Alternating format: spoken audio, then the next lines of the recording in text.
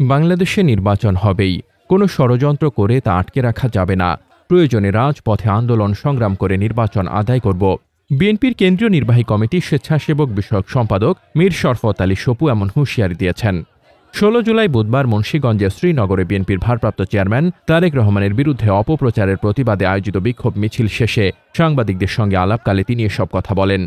Doctor Yunus এবং আমাদের নেতা তারেক রহমান লন্ডনে যে বৈঠক, সেই বৈঠকের পর থেকেই তারা আজকে স্বাধীনতা বিরোধী যারা ছিলেন তারা, আর ওই চরমুনার পিসাব তোয়াইল্লা চোর, যে তোয়াইল্লা চুরি করেছিল, যে কি বলে সৌদি আরবে 40 দিন জেল খেটেছে, আর এই তিনদল দল, যে দলের মাত্র তারা হুট করে তারা সবকিছু পেতে চায়, এই 3 দল মিলে একটি বিদেশে দেয়া তারা ষড়যন্ত্রে বসেছিল বাংলাদেশে যদি নির্বাচন না হতে পারে।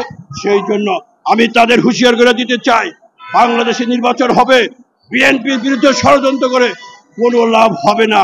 বেগম খালেদা জিয়া, তারেক রহমান বিরুদ্ধে বেশিরভাগ শেখ হাসিনা ষড়যন্ত্র করেছিল, সেও কোনো টিকে থাকতে পারেনি, সেও বাংলাদেশ থেকে বিতাড়িত হয়ে ওই দিল্লিতে অবস্থান নিয়েছে।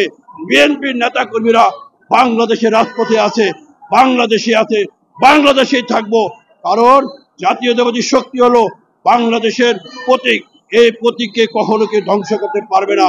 শ্রীনগরে জমজম টাওয়ার থেকে শুরু হওয়া মিছিল প্রধান সড়ক প্রদক্ষিণ করে ছনবাড়ি আন্ডারপাসে সংক্ষিপ্ত সমাবেশের মাধ্যমে শেষ হয়।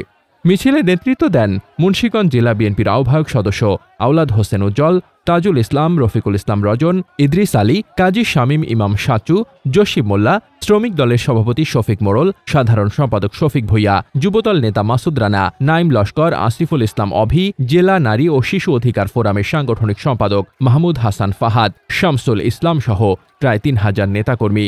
পরে জুলাই আন্দোলনে নিহত আবু সাইদ ও ওয়াসিম সহ সকল শহীদদের স্মরণে বিশেষ দোয়া ও মোনাজাত অনুষ্ঠিত হয়। মোহাম্মদ শামীম রেজা, দৈনিক খোলা চোখ।